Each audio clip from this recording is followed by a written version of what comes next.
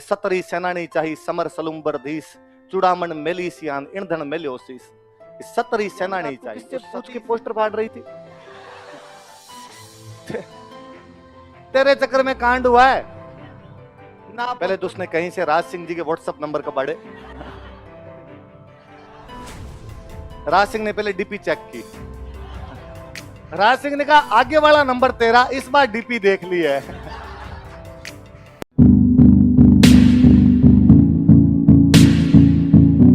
तो उसने कहा राजकुमारी जब तुम पोस्टर खरीद रही हो तो मेरे पास एक और शानदार पोस्टर है, ये भी ले लो तुम।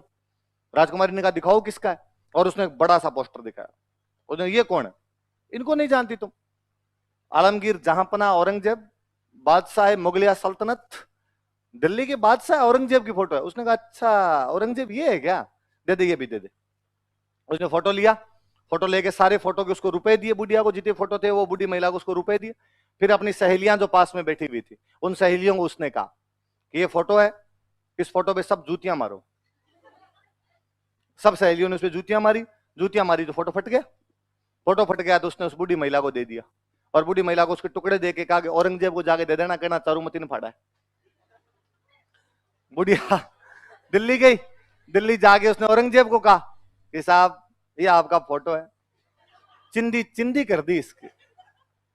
किसने? तो साहब को चारुमती नाम की राजकुमारी है रूपनगढ़ की, और उसने ये किया है, और कहा और है कि जाके तुम्हारे औरंगजेब को दिखा देना। और तौबा तौबा, मैं तो बता भी नहीं सकती कि लड़कियों की कैसी कैसी गालियां निकाल रही थी आपको। औरंगजेब को बड़ा गुस्सा है। औरंगजेब ने कहा अच्छा। औरंगजेब ने हाथों हाथ रूपनगढ़ के लैंडलाइन पर फोन किया कि मैं इतनी तारीख को चारुमती से ब्याह करने के लिए आऊंगा। रूपनगढ़ वालों की क्या औकात की औरंगजेब को मना करते हैं। औरंगजेब को मना करो 2 मिनट में ईंटें उखाड़ के रख दो। उन्होंने कहा साहब आओ, उससे 2 दिन पहले मिस कॉल करना, हलवाई बिठा लेंगे, और तो क्या ही करें।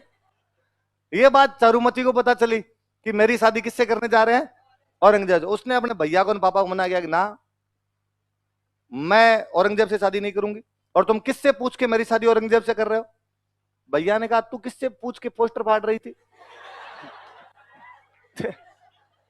तेरे चक्कर में कांड हुआ है ना। पोस्टर फाड़े ना, कोई लफड़ा हो ना, औरंगजेब धमकियां दे ना, अपने को ब्याह करना पड़े। और उसने कहा कि आप कर दिया हो तो कर दिया, पर मैं ब्याह नहीं करूंगी औरंगजेब से। भैया ने समझाया कि देख तू नहीं करेगी, औरंगजेब अटैक करेगा। औरंगजेब अटैक करेगा तो जनता की लड़कियां उठा के ले जाएगा। सेना जो आएगी खुरंजी करेगी, लूटमार करेगी, साधारण जनता की लड़कियां उठा उठा के ले जाएंगे। राजा का पहला कर्तव्य जनता बचानी होती है, और यदि जनता की लड़कियों को नहीं बचा पाएंगे तो फिर मतलब ही क्या है। इन सब को बचाने के लिए जरूरी है कि एक तेरा ब्याह उसके साथ कर दिया जाए। उसने कहा यदि तुम मेरी रक्षा नहीं कर सकते ना तो मैं खुद कर लूंगी।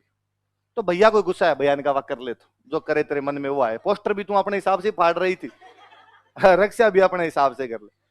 अब चारुमती सोचेगी कौन रक्षा कर सकता है। तभी चारुमती को याद आया कि राणा राज सिंह ने ऐलान करवा रखा है कि यदि किसी हिंदू राजकुमारी के साथ ऐसा कुछ भी होता है तो एक मैसेज मेरे को कर दिया जाए। पहले तो उसने कहीं से राज सिंह जी के व्हाट्सएप नंबर का बाड़े, फिर राज सिंह को उसने मैसेज किया, फूल तुम्हें भेजा है खत में, फूल नहीं मेरा दिल है। उसने लिख के भेजा कि राणा राज सिंह जी, औरंगजेब मुझसे जबरदस्ती शादी करना चाहता और मैं औरंगजेब से शादी नहीं करना चाहती। जिस प्रकार भगवान कृष्ण जरासंध के खिलाफ रुक्मणी को उठाकर ले गए थे, कुछ उसी प्रकार आप मुझे औरंगजेब के खिलाफ उठाकर ले जाइए और मुझे अपने चरणों की दासी बना लीजिए। ऐसे मैसेज राज सिंह के पास आते ही रहते थे।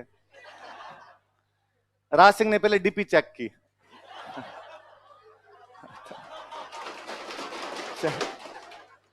लगा कि ठीक। राज सिंह ने वापस भेजा थम्स अप।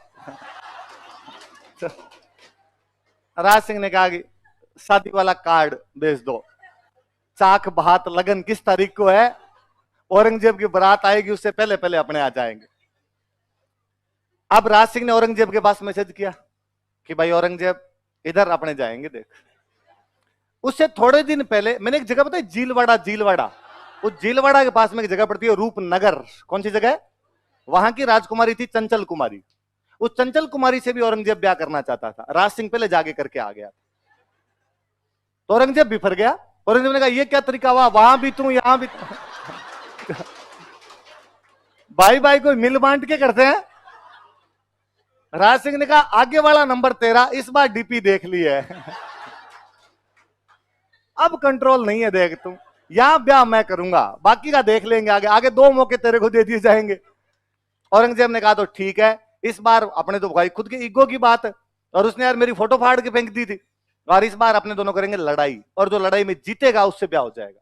राज सिंह ने कहा इसके लिए तो सिग्नल तोड़ ताड़ के तुम कहे वैसे वो वाली फीलिंग है अपने। तो औरंगजेब ने कहा मैं दिल्ली से आर्मी लेके आऊंगा, तू अपने मेवाड़ से आर्मी लेके आ जाना, और जो जीत जाएगा उससे ब्याह हो जाएगा। राज सिंह ने कहा ठीक। अब भाई शादी का दिन नजदीक आया, शादी का दिन नजदीक आया तो अब लड़ाई करने जाना पड़े, तो सामंतों को सबको इकट्ठा किया, बड़े बड़े मंत्री मंत्री बिठाए, और मंत्रियों को बिठा के राज सिंह जी बड़े गंभीर मुद्रा में बोले कि एक अबला नारी अपने को पुकार रही है। मंत्री मन ही मन सोचे कि सर आपको हर तीसरी आजकल अबला नहीं लगती, इस मामले में थोड़े ज्यादा अग्रेसिव नहीं हो रहे हो आप। मंत्री वर्ग बोले तो क्या, मन ही मन बात सोचे बेचारे, हाँ हाँ बताओ साहब, राणा जी बताओ क्या करना है। कहा रूपनगढ़ की राजकुमारी चारुमती, औरंगजेब जबरदस्ती शादी करना चाहता है, और मैंने वचन दिए हैं कि मैं उसे शादी करूंगा, औरंगजेब को उसे शादी नहीं करने दूंगा। कर लो, क्या दिक्कत है इसमें, हमसे क्या पूछना है। कि नहीं, उधर से औरंगजेब की सेना आएगी और आपको लड़ने के लिए जाना पड़ेगा, तब तक लड़ना है जब तक मेरे फेरे नहीं हो जाए, मेरे फेरे होते ही मैं खुद आ जाऊंगा, पर जब तक मेरे फेरे नहीं हो औरंगजेब की सेना अजमेर क्रॉस नहीं करनी चाहिए, अजमेर वाली घाटी के अंदर रोक के रखनी है, उधर किशनगढ़ की तरफ आनी नहीं चाहिए। उन्होंने कहा साहब ठीक है, चिंता ही मत करो, सेना लड़ लेगी जाके, आप तो आराम से फेरे करना, आओ तो ठीक, नहीं आओ तो ठीक, औरंगजेब को हम अजमेर से आगे इंच नहीं बढ़ने देंगे। सेना तैयार। सेना का सेनापति कौन हो? सलुम्बर का सामंत, और सलुम्बर का सामंत इस टाइम जो था उसका नाम था रतन सिंह चुंडावत। क्या नाम था? खानवा के युद्ध में भी यहां के बंदे का नाम रतन सिंह था, अब कोई दूसरा रतन सिंह रहा होगा, 3-4 पीढ़ी बाद में नाम वापस आ जाया करते थे। रतन सिंह चुंडावत नाम का कोई लड़का था, वो सलुम्बर का सामंत बना हुआ। उसके पास मैसेज किया गया कि साहब आपको कल सुबह सलुम्बर की सेना लेके अजमेर जाना है, क्योंकि हरावल में तो कौन रहे, सलुम्बर रहे, तो आपको सलुम्बर की सेना लेके जाना है, तब तक अजमेर में घाटी के अंदर औरंगजेब को रोक के रखना जब तक कि राज सिंह जी रूपनगढ़ के अंदर अपनी शादी ना कर ले। जिस दिन रतन सिंह के पास ये मैसेज शाम को पहुंचा कि कल आपको जाना है, उस दिन में खुद रतन सिंह का ब्याह हुआ था, इस रतन सिंह की शादी खुद की उस दिन हुई थी। ऐसे मैसेज आज दिन तक 2 ही लोगों के पास गए हैं, या तो रतन सिंह के पास या सुनील शेट्टी के पास। बॉर्डर मूवी में सुनील शेट्टी के पास गया था। आप में से ऐसा कौन है इसने बॉर्डर मूवी नहीं देखी? ऐसे कौन कौन लोग हैं जिन्होंने बॉर्डर मूवी नहीं देख रखी? भगवान, आपको तो जीने के अधिकार ही, मेरा बस तो करे तो मैं श्राप दे दूं। आप आज ही घर पे जाके कौन सी मूवी देखोगे? जिन्होंने देख रखी हो उसका रिवीजन करो। अरे बॉर्डर कल्ट मूवी है भाई इंडियन सिनेमा की, वो नहीं देखी तो क्या देखी? पहले हमारे छोटे शहरों में तो वैसे लगा करती थी, दर्शकों की मांग पर एक बार फिर से 3 दिन के लिए बॉर्डर दिखाई जाएगी ना। वो साइकिल वाला घूमता था संदेश से आते हुए गाता हुआ, जो बॉर्डर मूवी वो है भाई, बॉर्डर देखनी है। तो या सुनील शेट्टी के पास मैसेज आया था या रतन सिंह के पास मैसेज। रतन सिंह ने जैसे मैसेज पढ़ा कि कल सुबह आपको युद्ध करने के लिए अजमेर जाना है, रतन सिंह ने कहा अपने तो आज जाए कल जाए। राणा जी की डेली ब्याह ही होते हैं, मेरा तो एक बार हुआ है। जब उसकी रानी जो थी, जो रतन सिंह था उसकी रानी थी, बूंदी की हाड़ी रानी थी, सहल कंवर। क्या नाम था? बूंदी की थी। कहां की थी? और बूंदी में मैंने बताया था हाड़ा होते थे, तो हाड़ी रानियां हुआ करती थी। उसको बेचारी को पता चला, उस सहल कंवर को पता चला भाई मेरे पति जो सेनापति है उनके पास ये मैसेज आया है कि लड़ने के लिए अजमेर जाओ और मेरे पति मना कर रहे हैं। तो उसने समझाया रतन सिंह कि आपको ऐसे नहीं करना चाहिए, आप मेवाड़ के सेनापति हो और आप सलुम्बर के सामंत, और सलुम्बर वालों को ये ड्यूटी इसलिए मिली, ये राइट ड्यूटी भी क्या कहा जाए, राइट, सबसे आगे लड़ने का, सेनापति बनने का, इसलिए मिला क्योंकि आपके फोर फादर चुंडा ने कभी ये प्रतिज्ञा की थी कि वो राजा नहीं बनेगा बल्कि अपने सौतेले भाई को राजा बनेगा, और वो हमेशा मेवाड़ की सेना का क्या रहेगा, सेना।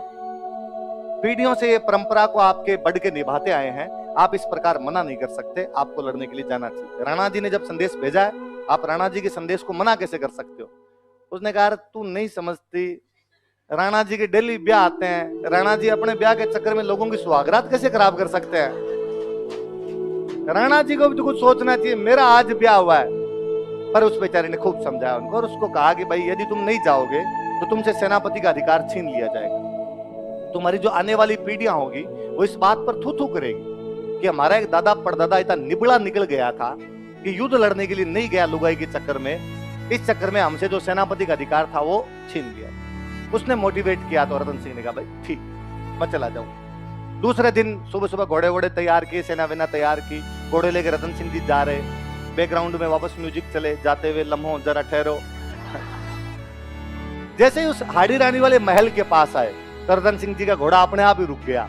रतन सिंह जी ने ऊपर देखा तो रानी झरोखों में खड़ी खड़ी देख रही। और रतन सिंह जी ने अपने पास में कोई सोल्जर खड़ा था, उसको कहा ऊपर जा, और ऊपर जाके रानी को कहे कि मेरे लिए कोई निशानी भेज दे। क्या भेज दे? अंगूठी वंगूठी कुछ ही भेज दे। उसको लगा कि यार कोई चूड़ी अंगूठी कुछ भेज देगी, टाइम पास करेंगे यार थोड़ी देर। कैसे रहा जाए, नया नया ब्याह हो रखा आदमी। वो सैनिक गया और उस सैनिक ने जाकर कहा रानी साहब, रतन सिंह जी नीचे खड़े हैं और आपकी कोई ना कोई निशानी मंगा रहे।